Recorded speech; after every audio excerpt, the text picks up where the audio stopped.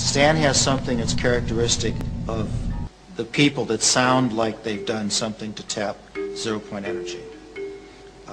Has high frequency, high voltage, and there's a combination of the two at which something occurs. With Chernetsky in Russia, it was what he called a self-sustaining discharge. The tube would run by itself. When Stan gets this effect, the amount of hydrogen and oxygen that are emitted off these two electrodes is a step function. It almost boils the water. If I did this with standard electrochemicals, I need current, and the water should rise a degree every couple of seconds. With Stan's, it'll run for a half hour, and the water temperature hasn't changed. Something's different. Meyer demonstrates this repeatedly without any difficulty, and yet on the face of it, it represents an extraordinary revolution. His measurements over the years suggest 1,700% greater efficiency than conventional electrolysis. And if he's to be believed, he's getting much better results from his latest, still secret invention. Well, I first got involved with Stan Meyer when I went over there with a couple of colleagues to look at his water-splitting device. And so we arrived at Stanley Meyer. He had a demonstration cell. We filled it with tap water. In fact, I did that myself. And he switched it on, and almost instantly there were 3 jaws dropped because of the rate at which the gas poured off. It was quite spectacular. Whatever energy source Stan Meyer had tapped, it was not explicable by the electric power that was going into it. So something was powering it outside of conventional wisdom. There is no question that the gas coming off in such abundance is hydrogen. Meyer ignites it to produce a high-temperature flame able to cut through metal. Stanley Meyer has faced a lot of difficulties. He's 3 times tried to launch the device and produce press conferences, had the technical press round, but he's been almost universally slated. In the early days, very much so, they just ridiculed the whole idea. He's getting a little more notice now because some scientists are getting interested. But by and large, science is very intolerant, particularly modern science. As with Tesla, Griggs and others, Meyer's claims are so far outside the received scientific wisdom that they've been ignored by the majority of the scientific establishment. But then, Meyer has ignored them too. He has poured his energies over the last 10 years into establishing recognition for his claims by getting international patents. In the processing, there was a great deal of difficulty in trying to process the legal paperwork in such a way as to allow the Patent Office to fully understand what was actually occurring. In one instant, we brought the water fuel cell to Washington, D.C., and of course I had tweaked it in such a way to produce an enormous amount of hydrogen and oxygen gas, and the patent examiner said, no, it will not work based on the electrolysis process. And when we turned it on and produced an enormous amount of hydrogen and gas, the examiner finally realized that we were doing exactly that, and went out in the hallway and started screaming and hollering to everybody on the floor, put out all your cigarettes, hydrogen's in the building. So we started laughing and said, well, we certainly convinced everybody in the patent office that we can do what we said we can do. Even so, the US Patent Office dragged their feet for 3 years before granting patents on the hydrogen-producing device. Since then, against massive resistance, he's managed to get patents established throughout Europe and Japan. But the hydrogen machine was only the first step towards Meyer's ultimate dream. If he gets it right, this application of his technology would change the 21st century in the same way that the Wright brothers and Carl Benz transformed the 20th. He is currently modifying a beach buggy to run on nothing but water. It doesn't have a petrol tank or even a hydrogen container. It has just a tank of water. He's invented a device called a water splitter to replace the spark plug. As the water is injected into the engine, Meyer claims it's fractured into hydrogen and oxygen, then burned as fuel. Meyer is working on a kit to modify any engine. He hopes to demonstrate it on this car within 12 months. And of course, the blessing to the use of the water as a fuel source, that on combustion, the byproduct is water mist. So we're even solving the environmental pollution problem at the same time that we're using water to maintain the industrial basis of the world. But though the scientific establishment may have ignored the likes of Meyer, powerful military-industrial complex certainly hasn't. Over the past 10 years, Myers says he's been quietly approached by many influential organizations who would never admit publicly to their involvement with him.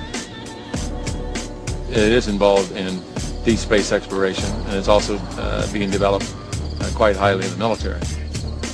Basically what occurred with Water Fuel Cell was in the fact that once they understood was actually occurring, then under the U.S. national security mandate, I have no decision or power of whether or not the military or NASA or the federal government will utilize the technology.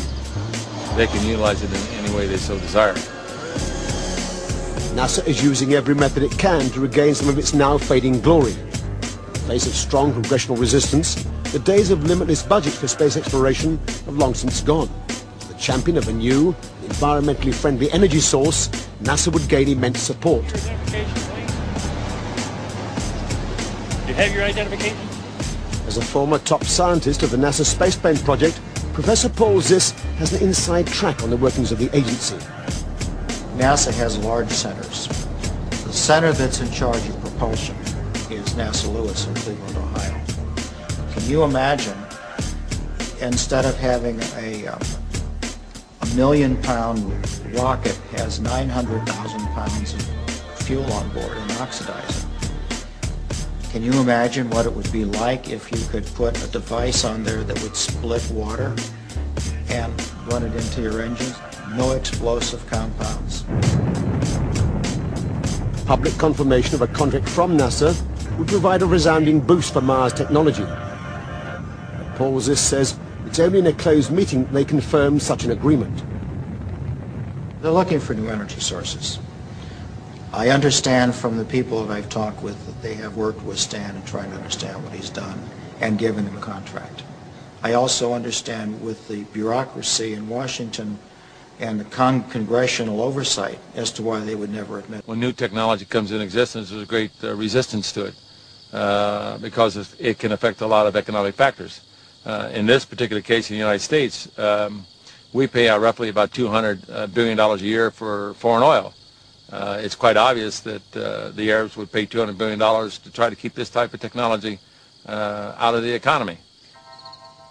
And many times over the last decade, I have been offered enormous amounts of money to simply sell out or to sit on it. The Arabs offered me well over $1 billion cold cash simply to sit on and do absolutely nothing with it. My life has been threatened many times. Of course, I happen to believe in the power of angels. And if I don't believe in the power of angels, I don't believe I'll be around here too long.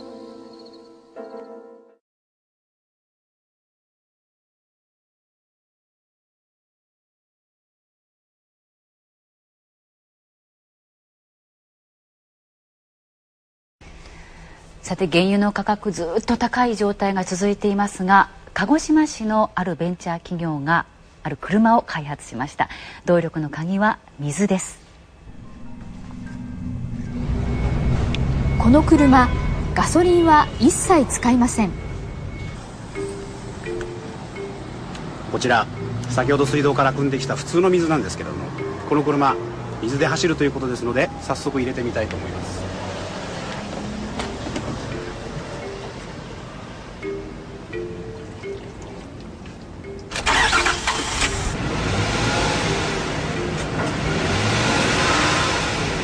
ご覧の通りエンジンは何事もなく快調に回っています。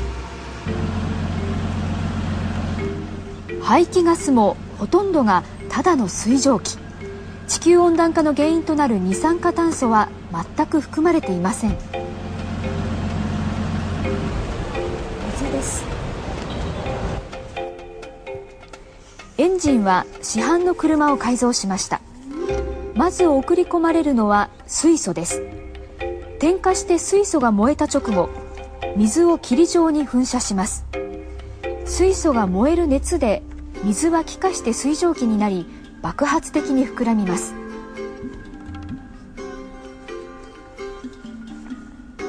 この力を動力として利用しようというのです。水素と水で走るという新しい発想。こうした車が車検証を受けたのは初めてのことです。